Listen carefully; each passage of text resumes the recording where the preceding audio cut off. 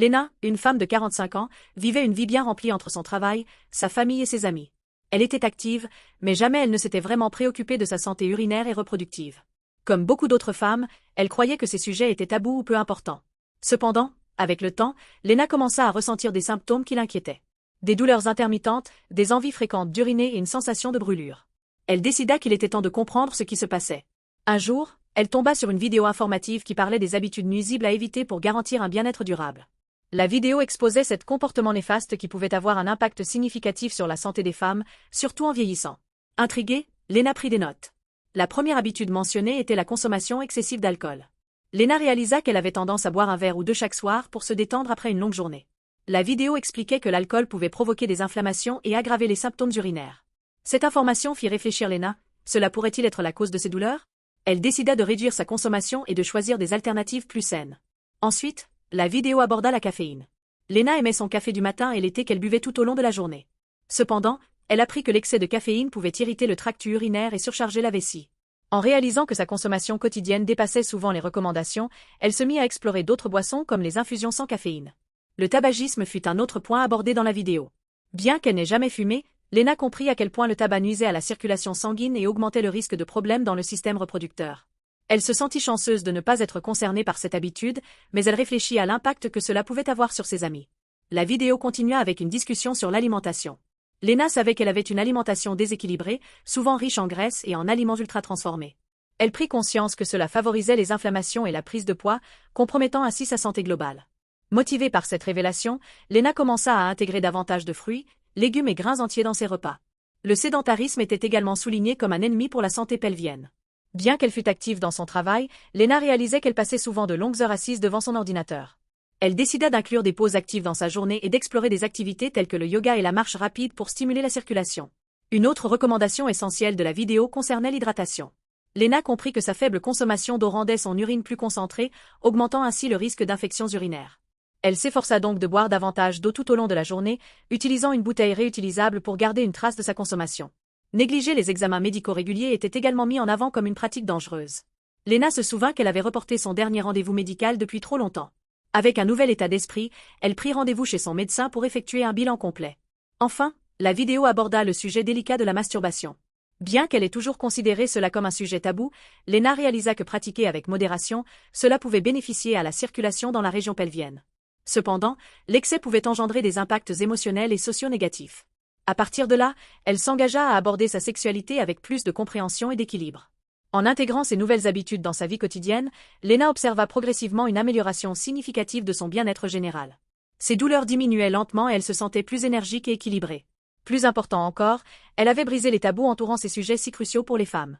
Lena devint non seulement plus consciente de sa propre santé mais aussi une source d'inspiration pour ses amis et collègues.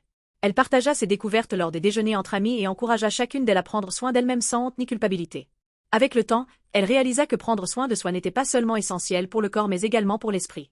En prenant des mesures proactives pour sa santé urinaire et reproductive, Lena avait non seulement amélioré sa qualité de vie mais avait également ouvert un dialogue important autour de ces questions vitales.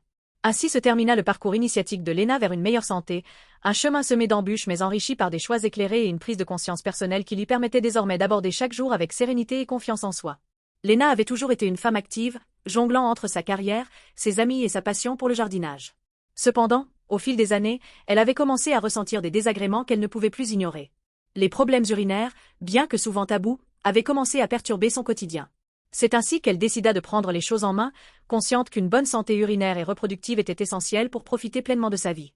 Elle se souvint d'un conseil que sa grand-mère lui avait donné: « Prends soin de ton corps, c'est le seul endroit où tu es obligé de vivre. » Cette phrase résonnait en elle alors qu'elle entreprenait des recherches sur la santé féminine. Elle découvrit que beaucoup de femmes, tout comme elle, négligeaient souvent des aspects cruciaux de leur santé en raison de la honte ou du manque d'informations. C'est pourquoi Lena s'engagea à non seulement améliorer sa propre condition, mais aussi à éduquer les autres autour d'elle. Son voyage commença par un rendez-vous chez son médecin. Bien que nerveuse à l'idée d'aborder des sujets qui semblaient si personnels, elle se sentit soulagée d'avoir pris cette décision. Son médecin lui parla des habitudes nuisibles à éviter. L'alcool et la caféine, par exemple, étaient des irritants connus du système urinaire. Lena prit note et décida de réduire sa consommation de café en remplaçant certaines tasses par des infusions apaisantes à base de plantes. Ensuite vint l'alimentation. Elle réalisa que son régime était trop riche en aliments transformés et en graisses saturées. Inspirée par ses recherches, Lena commença à explorer la cuisine saine. Elle se mit à concocter des plats colorés avec des légumes frais du marché local et des protéines maigres. Ses amis remarquèrent rapidement son énergie renouvelée et commencèrent à lui demander des recettes. Lena devint alors une véritable ambassadrice de la santé dans son cercle social. Lena comprit également l'importance de rester active. Elle avait toujours aimé marcher, mais elle réalisa que la sédentarité s'était insidieusement installée dans sa vie. Pour remédier à cela, elle rejoignit un groupe de randonnée avec des amis. Ces sorties hebdomadaires devinrent un moment privilégié pour discuter et partager leurs expériences tout en profitant de la nature. Au fil du temps, Lena nota une amélioration significative dans son bien-être général. Sa confiance en soi grandissait chaque jour un peu plus. Pourtant, elle savait que la santé ne se limitait pas à l'alimentation et à l'exercice physique. Elle commença donc à intégrer des pratiques de gestion du stress dans sa routine quotidienne, comme la méditation et le yoga. Ces moments de calme l'aidaient à se recentrer et à prendre du recul face aux défis quotidiens. Un jour, lors d'une séance de yoga, Lena rencontra Claire, une femme inspirante qui partageait également son intérêt pour le bien-être féminin. Elles entamèrent une conversation passionnante sur les problématiques liées à la santé reproductive et décidèrent ensemble d'organiser un atelier communautaire sur ce thème. Leur objectif était simple, créer un espace sûr où les femmes pourraient parler librement de leurs préoccupations sans jugement. L'atelier fut un succès retentissant. De nombreuses femmes de leur quartier vinrent échanger sur leurs expériences personnelles et poser des questions qui les préoccupaient depuis longtemps. Lena se sentit fière d'avoir contribué à ouvrir ce dialogue essentiel sur la santé féminine. Cependant, malgré tous ces changements positifs, Lena savait qu'il était crucial de ne pas négliger ses visites médicales régulières. Lors d'un contrôle annuel, elle prit le temps de discuter avec son gynécologue des signes dont il fallait être attentif et des examens préventifs recommandés pour les femmes de son âge. Cette discussion lui apporta une tranquillité d'esprit inestimable. Au fur et à mesure qu'elle poursuivait son parcours vers une meilleure santé, Lena réalisa que chaque choix qu'elle faisait était interconnecté avec sa qualité de vie globale. La manière dont elle se nourrissait influençait son humeur, son niveau d'activité physique affectait sa perception d'elle-même. Même ses interactions sociales jouaient un rôle dans sa santé mentale et émotionnelle. Avec le temps, Lena devint une véritable source d'inspiration pour ses proches. Ses amies commencèrent elles aussi à faire attention à leur santé urinaire et reproductive, créant ainsi une petite communauté qui s'entraidait mutuellement dans ce cheminement vers le bien-être. Ensemble, elles partagèrent conseils nutritionnels, astuces pour rester actives et même leurs recettes préférées pour des collations saines. À travers ce parcours collectif vers une meilleure santé, Lena comprit que l'autonomisation passe par l'éducation et le partage d'expériences vécues.